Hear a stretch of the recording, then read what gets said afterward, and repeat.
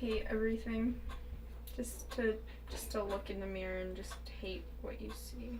What Morgan Horn saw in the mirror in 2012 was a high school junior who was worthless. Disgusting. Gross. If I even woke up and ate the slightest amount of food, it could be even just like an apple, I'd start freaking out. I'd be like, I hate life. She saw herself as obese, so she had an intense fear of weight gain. In her mind, she felt defective, and the cure to her problem was to become thin. If I went a whole day without eating, I was super happy. Super happy. Like it just like fed into everything. I was like, oh my God, life is great, life is great. Morgan equated thinness with success, beauty, and acceptance.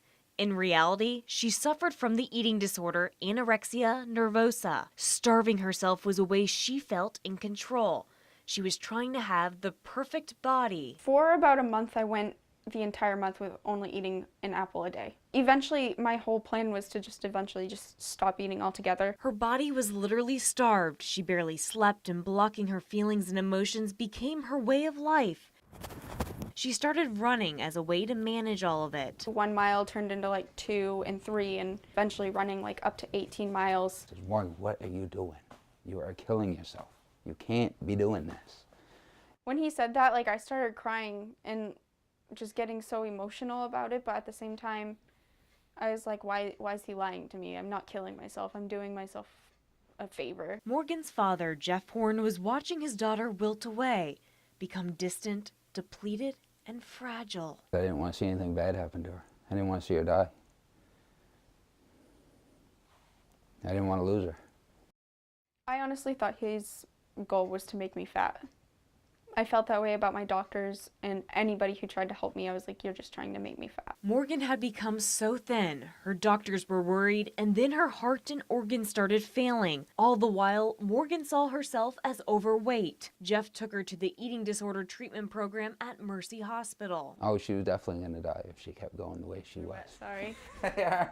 It's not uncommon for one or both parents to be confused about this illness. I feel like my mom was, I don't know if I'd want to say denial or if it was like she just didn't want me to go, because she was all on my side with me agreeing like, oh, I can do this on my own. I don't need to go anywhere. Morgan's first steps centered around learning to accept herself and how food makes her feel. As soon as I knew I ate something, like I'd start even having suicidal thoughts like, why did I do that? I don't deserve that. Or deserve to live, eat, or take up space. Recovery was a treacherous climb for Morgan. Terrible.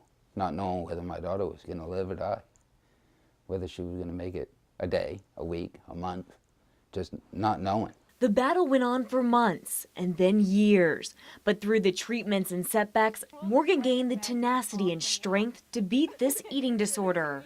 Thin isn't what I'm here to do. Like, I'm not here to try to make myself super skinny. I'm not here to try to starve myself. I'm not here to impress anybody. I'm here to pursue a career that I'm going to school for. I'm here to help others. Recovery forced her to look deep within herself and realize who she is, what she wants out of life, and be able to communicate these desires. What makes a woman beautiful is to be confident, to be able to accept her flaws, just being different from everyone else.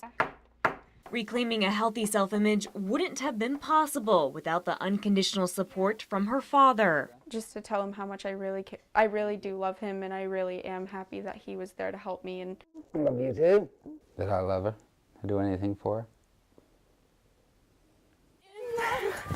It's gonna be alright. Morgan now loves and accepts the quirks that make her unique. I could say that I'm recovered from an eating disorder.